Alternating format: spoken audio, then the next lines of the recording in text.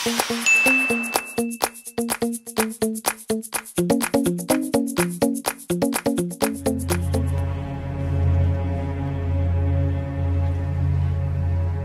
anak ha, bibili na natin yung laptop mo. Tapos, ano bang gusto mo kainin?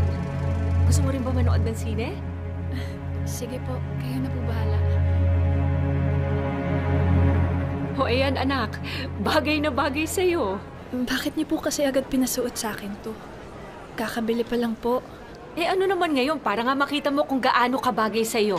Alam mo, marami pang shops dyan. I'm sure marami pang mas babagay sa'yo dyan. Dapat ka na magpalit ng hairstyle. Tara? Po?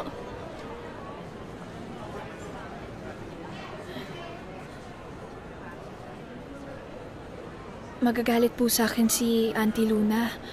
Ako nang bahala kay ate. Hindi ka dapat maging manang na katulad niya. Halika na! Tara na!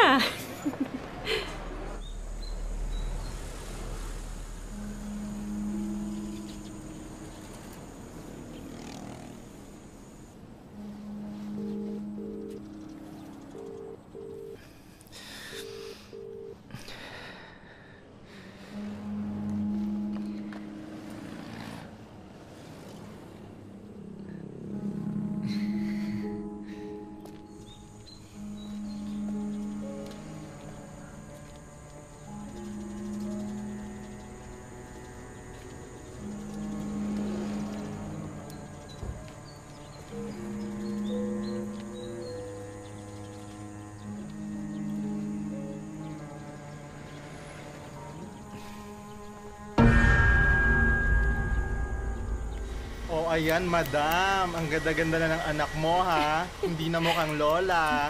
Sabi ko sa'yo, pagagandahin ko siya, eh. Perfect! Ang ganda-ganda ng anak ko. Anak, bakit? Nako.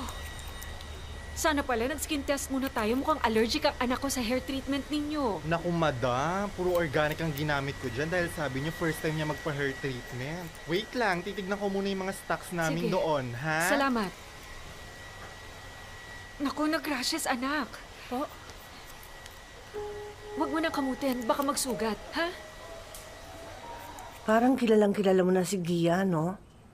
Parang marami na kayong napag-usapan. Tama ba ako? Tita, kasi po, pareho po kami pinanganak at saka lumak sa probinsya. Kaya rin po siguro, mabilis po kami nagkaintindihan. Kaya yun po. Plano mo bang ligawan si Gia? Po? Ano po? Ang sabi ko kung plano mong ligawan si Gia.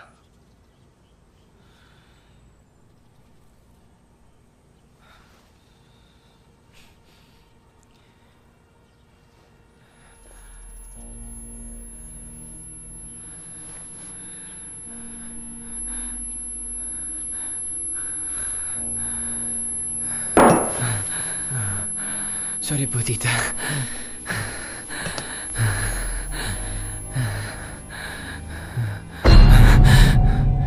Kung may plano ka, bukod sa pakikipagkaibigan kay Gia, huwag mo nang ituloy. Magsisisi ka.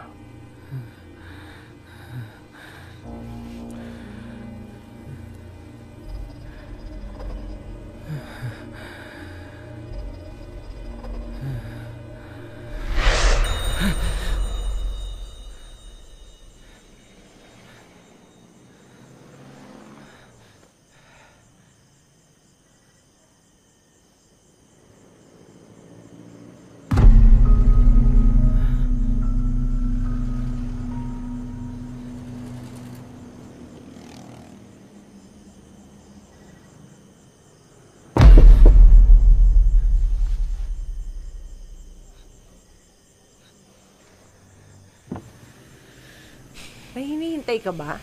Kanina ka pa nakaparada dito sa harap ng bahay ko eh. Tita, sorry po. Nakatulog po ata galing sa bahay ninyo. Ha? Sa loob ng bahay ko? Alam mo, hindi kita kilala. At hindi ako basta-basta nagpapapasok ng kahit sino sa loob ng bahay ko nang hindi ko kakilala. Sino ka ba? Ba't ka nakaparada dito sa harap ng bahay ko? Tita, ako po yung kaibigan ni Gia. Wala si Gia dito. Hindi ko alam kung anong oras siya dadating.